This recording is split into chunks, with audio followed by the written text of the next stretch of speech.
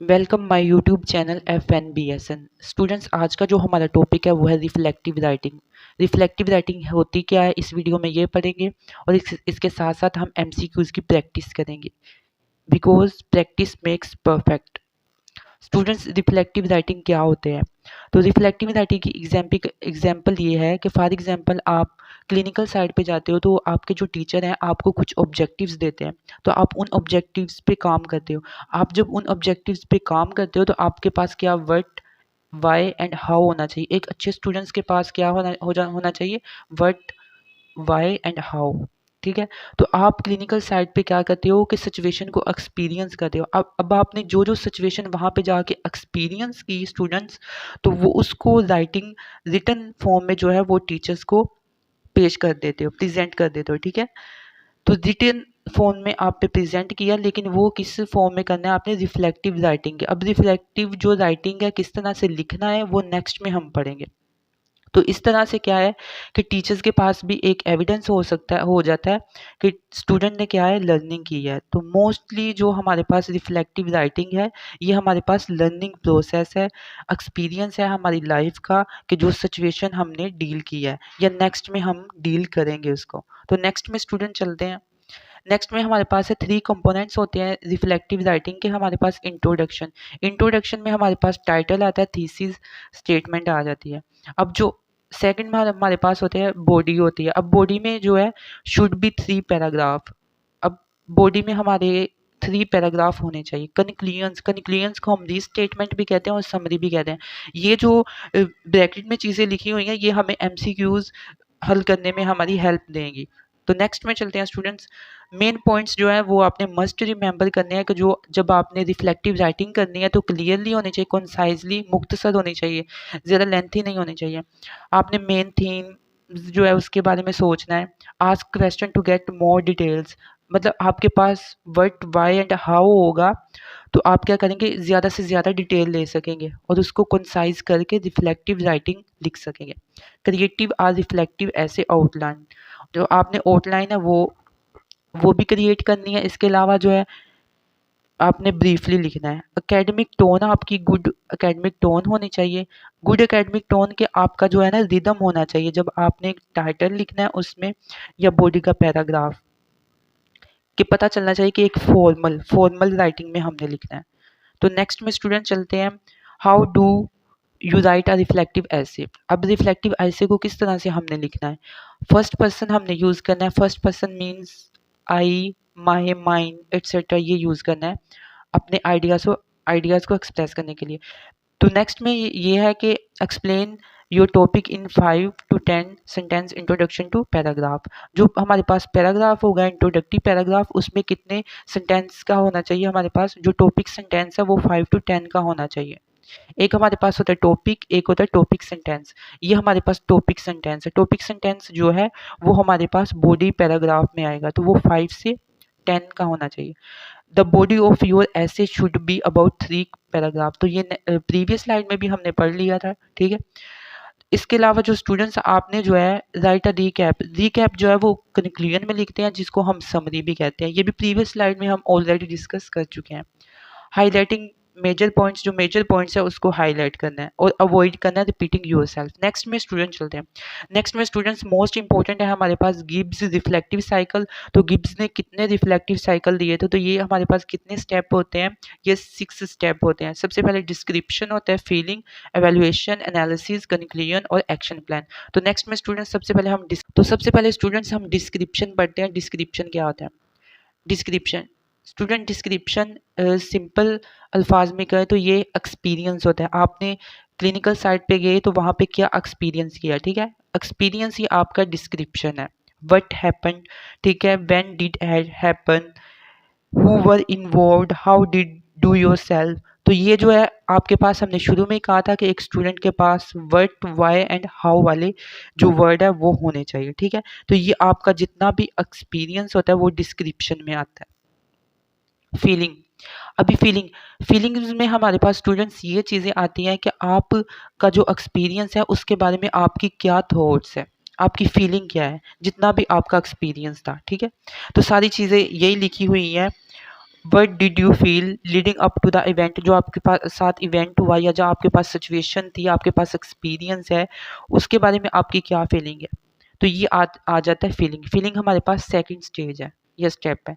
Evaluation, evaluation students हमारे पास होता है, जो सिचुएशन आपके पास थी वो बैड और गुड भी हो सकती है, तो वही आपकी अवेल्युएशन होती है। एनालिसिस, एनालिसिस की स्टूडेंट्स बात करें तो एनालिसिस में आप इस सिचुएशन से बहुत कुछ सीखते हैं, और जो सिचुएशन है वो पॉजिटिव भी हो सकती है और नेगेटिव थिंग्स भी उस सिचुएशन में हो सकती हैं आपके एक्सपीरियंस में। अब जो एनालिसिस है इसको हम एवेल्युएशन जो थर्ड स्टेप है उसके साथ भी कर सकते हैं, डन टुगेदर। अभी स्टूडेंट्स नेक्स्ट में चलते हैं। नेक्स्ट में हमारे पास होता है कंक्लूजन। कंक्लूजन हमारे पास होता है सम अप करना, समरी, री स्टेटमेंट। तो जो भी हमारा एक्सपीरियंस होता है उसको हम यहाँ पे सम अप कर देते हैं। Action plan, action plan students हमारे पास ये होता है कि हमारे पास जो भी इवेंट क्लिनिकल साइड पे होते हैं या सिचुएशन होती है, हम कहते हैं कि फ्यूचर में हम जो एक्शन प्लान करेंगे वो डिसाइड करते हैं यहाँ पे। क्योंकि फॉर एग्जांपल कोई भी सिचुएशन हमारे पास आ जाती है तो हम नेक्स्ट टाइम कहते हैं कि हम ऑप्टिमिस्ट रहते हैं कि हमने नेक्स्ट में इससे बेहतर करना है, अफेक्टिव करना है, ठीक है, अफेक्टिव चेंज लेके आनी है हमने। तो नेक्स्ट में स्टूडेंट्स चलते हैं। तो स्टूडेंट्स ये था हमारे पास रिफ्लेक्टिव राइटिंग। तो अब हम एमसीक्यूज की प्रैक्टिस करेंगे। तो चलिए स्टूडेंट स्टार्ट करते हैं। तो स्टूडेंट्स हमारा जो फर्स्ट एमसीक्यूज है वो है which of the following is not a part of the body of a reflective essay. तो हमने 3 इसके पार्ट पढ़े थे या कंपोनेंट पढ़े थे रिफ्लेक्टिव राइटिंग के हमारे पास ऐसे के। तो उसमें हमारे पास जो था वो डेफिनेशन नहीं था, तो इसका जो राइट ऑप्शन होगा वो डेफिनेशन है। नेक्स्ट में चलते हैं स्टूडेंट। नेक्स्ट में हमारे पास है second, where is the restatement of the thesis statement usually found in a reflective essay.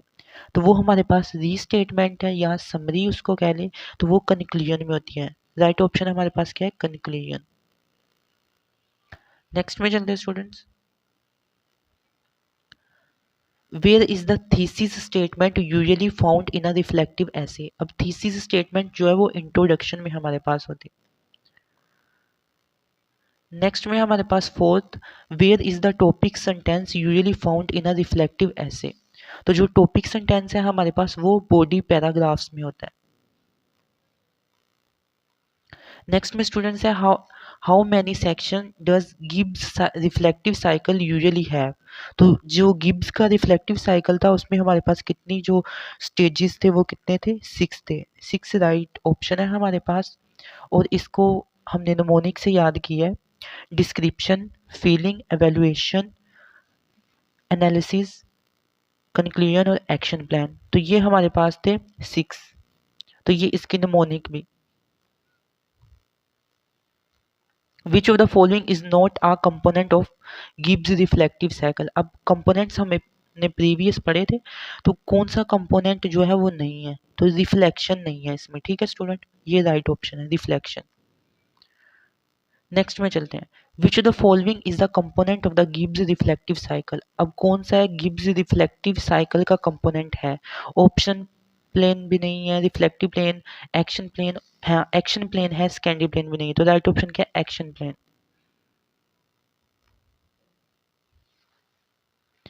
Next में चलते हैं student. Okay students, according to the feature what should reflective thinking result in. एक हमारे पास feature है, उसके अकॉर्डिंग जो reflective thinking है ना वो रिजल्ट करती है इम्प्रूव्ड रिस्पॉन्स को करती है, ठीक है, रिस्पॉन्स जो है वो इम्प्रूव्ड हो जाता है। नेक्स्ट में विच of the following is not a main benefit of reflective writing. इसका जो मेन बेनिफिट नहीं है, improves critical thinking skill. Yes, reflective writing जो है वो क्रिटिकल थिंकिंग स्किल को इम्प्रूव करती है, डेवलप योर राइटिंग स्किल को भी डेवलप करती है, create a problem free life. तो ये ऑप्शन जो है ये ऑप्शन करेक्ट है यहाँ पे। Reflective writing can be based on your experience in life. तो ये जो ऑप्शन है ये राइट है।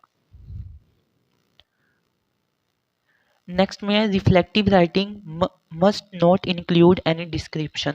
तो यहाँ पे ये फॉल्स है, रिफ्लेक्टिव राइटिंग का जो फर्स्ट स्टेज था गिब्स साइकिल का उसमें डिस्क्रिप्शन मौजूद थी। रिफ्लेक्टिव राइटिंग में be written as a poem. तो ये राइट है, ट्रू है। इसका जो ऑप्शन क्या है, ट्रू। नेक्स्ट में स्टूडेंट्स है reflective writing is mainly problem solving. तो यहाँ पे ये हमारे पास फॉल्स है, false. Reflective writing involves looking at the impact an experience has on your life. तो ये true है। Which of the following is not a part of a reflective thesis statement? अब कौन सा नहीं है, तो जिसका राइट ऑप्शन है वो है डेफिनेशन। अब स्टूडेंट्स ये है हमारे पास I am learning how to cook healthy meals. जो हेल्थी मील्स है इसके बारे में ये अब बताना है कि ये अफेक्टिव थीसिस है हमारे पास या इनअफेक्टिव है। I am learning how to cook healthy meals. अब ये स्टूडेंट्स हमारे पास जो है ये अफेक्टिव रिफ्लेक्टिव थीसिस स्टेटमेंट है। अफेक्टिव और इनअफेक्टिव में ये फ़र्क होता है। अफेक्टिव जो होता है वो नॉर्मल होता है, ना ज़्यादा शॉर्ट होता है और ना ज़्यादा लॉन्ग होता है, और उसमें क्या एकेडमिक टोन पाई जाती है। तो इसमें एकेडमिक टोन भी है और ज़्यादा लेंथी भी नहीं है और ज़्यादा शॉर्ट भी नहीं है। तो ये हमारे पास थीसिस जो है अफेक्टिव रिफ्लेक्टिव थीसिस स्टेटमेंट सही है। नेक्स्ट में स्टूडेंट्स हमारे पास living in the country has developed many farming skill and improved my health. तो ये स्टूडेंट्स हमारे पास इनअफेक्टिव रिफ्लेक्टिव थीसिस स्टेटमेंट में आता है। The reflective thesis statement requires in text citation। तो ये स्टूडेंट्स हमारे पास फॉल्स है।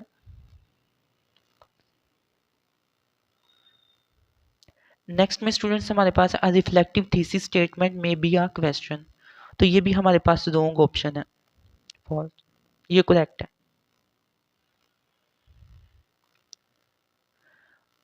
लास्ट वन है हमारे पास overweight is caused by lack of exercise, unhealthy eating habits and genetic disorder. तो इसमें जो है एकेडमिक टोन पाई जा रही है हमारे पास। तो ये क्या हमारे पास this is an effective reflective thesis statement.